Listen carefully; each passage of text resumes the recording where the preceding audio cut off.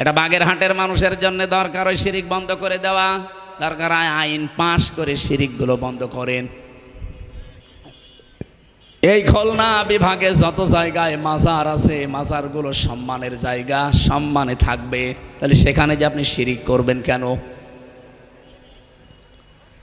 এ বিভাগে জন্ম নিয়ে যেমন আমার গর্ব হয়, আমার আফসোসও একটা আছে।